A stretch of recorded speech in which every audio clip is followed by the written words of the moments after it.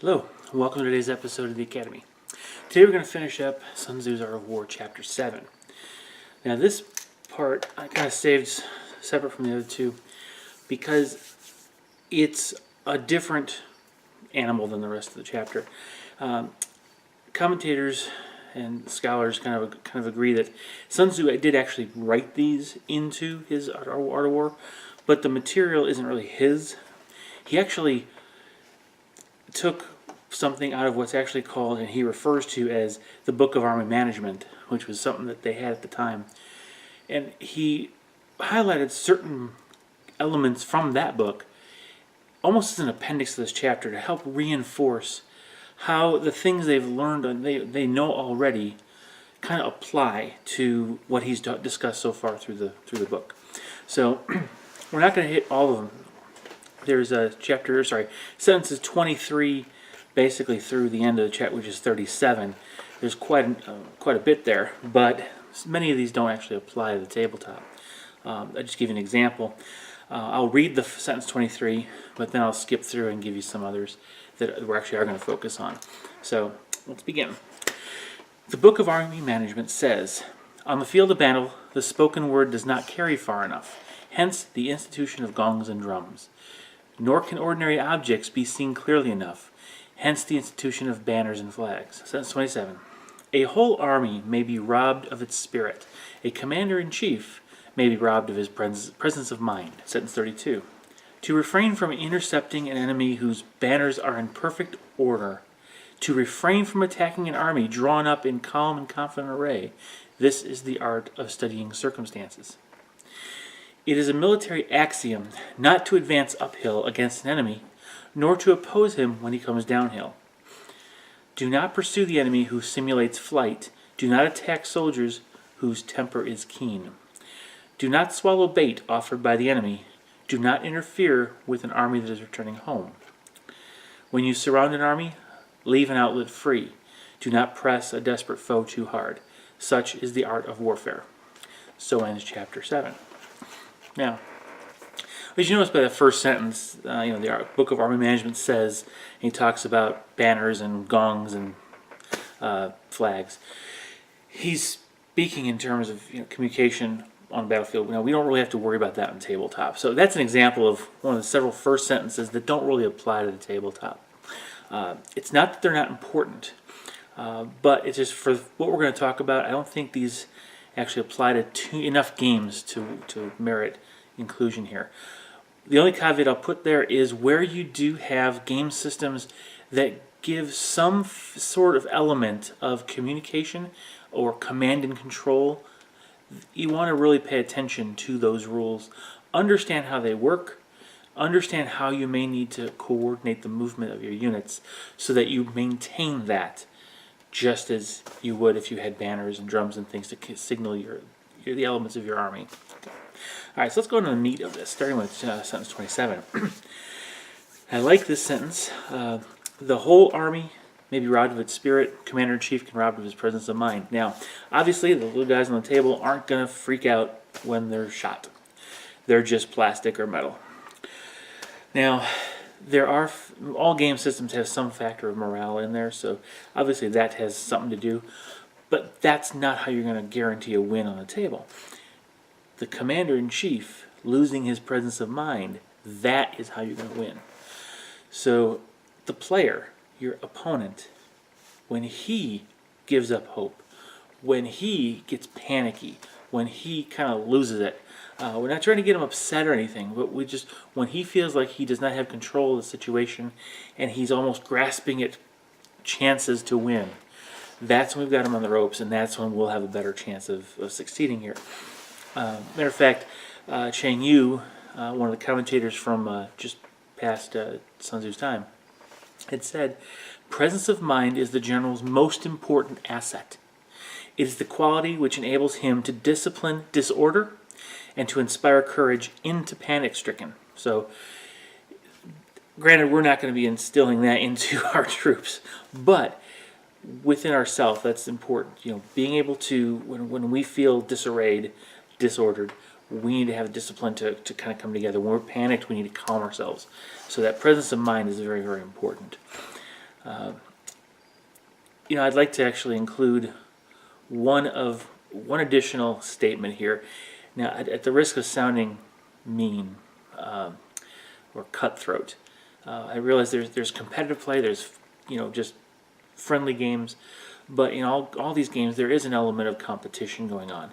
It just various levels of intensity. So with what I'm about to say, scale that to the intensity level that's appropriate for the game you're going to play. So tournament players, take heed of this Sun Tzu advice, Li Xing's statement he's going to make here. Those of you who are focused more on playing this friendly games, whatever, don't go overboard with this, but try to put into practice. Don't ruin your opponent's day or fun, but see if you can't do things that could kind of play with his mental equilibrium. So let's see what he has to say. So the great general Li Qing, he's a Chinese general from between 571 and 649 AD. He said, "Attacking does not merely consist in assaulting walled cities or striking an army in battle array. It must include the art of assailing the enemy's mental equilibrium." So you want to get under your opponent's skin to the point where they aren't thinking clearly. Very important to do in a competitive tournament setting. Not really friendly in a friendly setting, but you do need to practice this. So find opportunities where you can try to do things that can unnerve your opponent, but just don't go overboard. This is a social contract. These games in friendly circumstances, you both want to have fun, but you still want to be able to practice this art of messing with the enemy's mental equilibrium. Right? So very important note on that sentence 27. Now, in 32, jump down there, and he talks about a couple axioms that are kind of interesting. And the first one is, basically don't attack an enemy who's in perfect order, ready to take you on. Make sure you're not hitting the army at their strongest. He calls it the art of studying circumstances. Similarly, there's a military axiom, obviously, we've probably all heard it: never advance uphill to engage the enemy, and don't resist someone who's charging downhill. Now, most of our games don't really take this into account. There are some that do. And whenever there's two pieces here, one will go in the battle order, one will do the elevation. In both cases, we have to understand if the rules make it possible where there's actually a difference between the direction you attack up and down hill, or whether you're in battle order or disordered, where there's rules that apply there, you want to take advantage of those. And you not in the sense of gaming them, but you really want to be sure that you are taking the opportunities that are there, making the opportunities that need to be there. So when you have, we'll use kind of a fantasy warfare type or Napoleonic warfare, where we have nice orderly blocks, rows and columns of troops. When they are orderly, you don't really want to go in charging and trying to frontal assault and take them out. You need to disrupt them before you can charge in and break them. And different game systems have different ways of doing this. In the case of the uphill-downhill part, same thing is going there. Do not, when they actually have an elevation difference and you get bonuses for attacking down at someone, or you have penalties for attacking up, don't do it. You do not have to advance on a position that is not advantageous to you. If you are in a position where you will be in harm's way or you will be disadvantaged when you pursue that, you really have to refrain from that. Now, there are some instances where there's maybe a turn limit, time limits, that might make you have to do a gamble. But you have to understand going in that if you have to attack a formation that is orderly and you haven't had a chance to soften up, or you're attacking into a tactically unwise situation, you need to be ready to take a good beating. You may come out ahead, but you won't have a decisive win on that in that particular engagement. You will be bloodied. That's just almost a fact. Of course, dice rolling can make it very interesting and may give you some advantages you didn't expect, may play in your favor. So he wants to reinforce that here. Now in sentence 34, this one's a little different. Again, I'm going to apply this more to the your opponent than to the men on the table. Do not pursue an enemy who simulates flight. Do not attack soldiers whose temper is keen. By temper being keen, he's talking about who they're sharp, they're ready to fight, they're not about to give up. Now, what he's talking about here is he's trying to caution you about not chasing down a retreating opponent. There is a big temptation in human nature on the battlefield to do just that. History is replete with examples of armies or units, essentially, I would almost call it breaking and chasing down the opponent as they quit the field. Now, that's great. It gives them an opportunity to, completely decimate the opponent and wipe them out. But unfortunately, it prevents you from maintaining the order on the battlefield to allow you to continue to pursue whatever tactical objectives you need to, or even redirect that unit to something more important than chasing down guys that are running away. There's also a danger, since it is such human nature, in fact, even in the gaming scenarios, for an opponent to go after what looks like a retreating opponent, it might be the perfect setup for a trap. Think of the Battle of Marathon. I've mentioned this in videos before, where you had the center, which was built by the Greeks to be the weaker units, simply because the two flanks would be stronger and help keep the weaker ones, the greener ones, in check.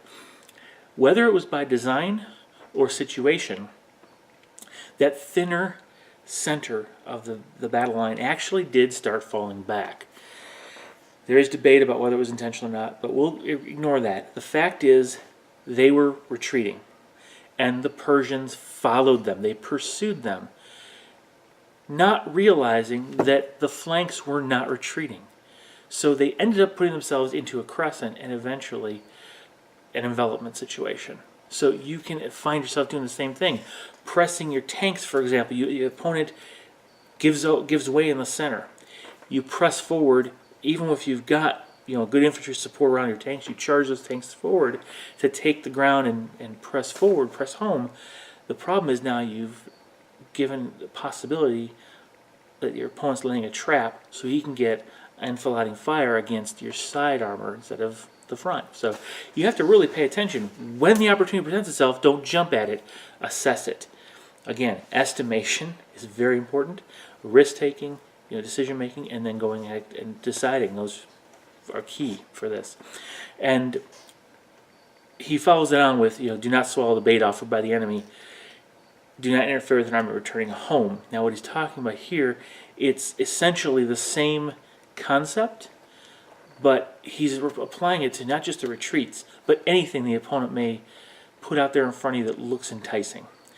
You can't, it's kind of interesting because while Sun Tzu's developed this concept, or thought, I should say, in previous sentences, here he brings this right out of the Book of Army Management. So a fact that has been staring these contemporary generals in their face, and they haven't really been seeing it, he's hitting home saying, guys, I told you so. Here, look at this. So I think that's what he's talking to. But again, it ties right back into the concepts he had before about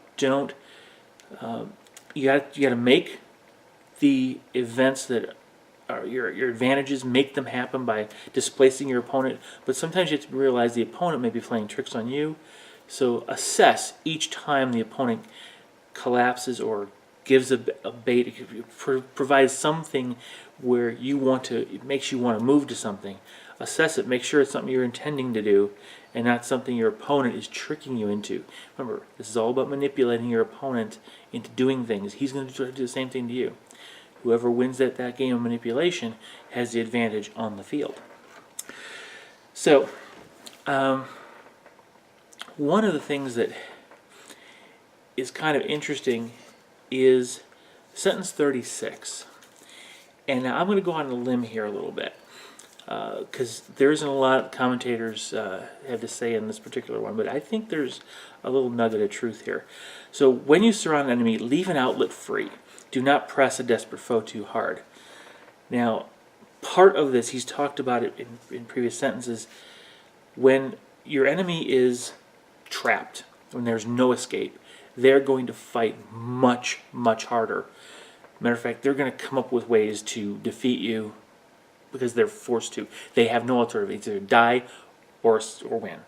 Okay, so you don't give much of an option there.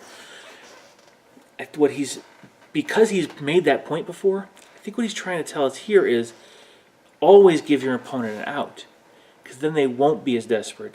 They will see that out, and it's almost like a lifeline or a crutch.